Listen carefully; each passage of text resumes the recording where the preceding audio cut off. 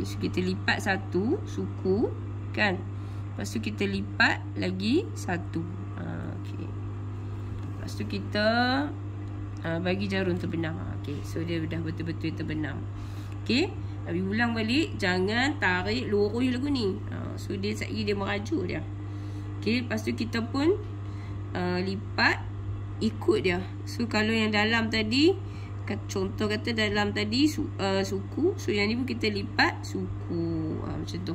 Nah. Okay, lepas tu kita bawa dia. Bismillahirrahmanirrahim.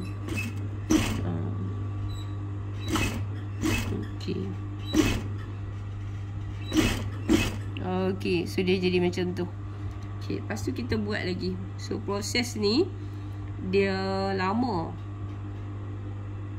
sebab keliling dia tu lebar. Okay, so kita tekan tahun tu. Tekan tahun tu. Okay, nampak tak? So Abi pegang dia.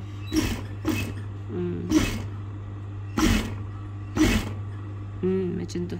Okay.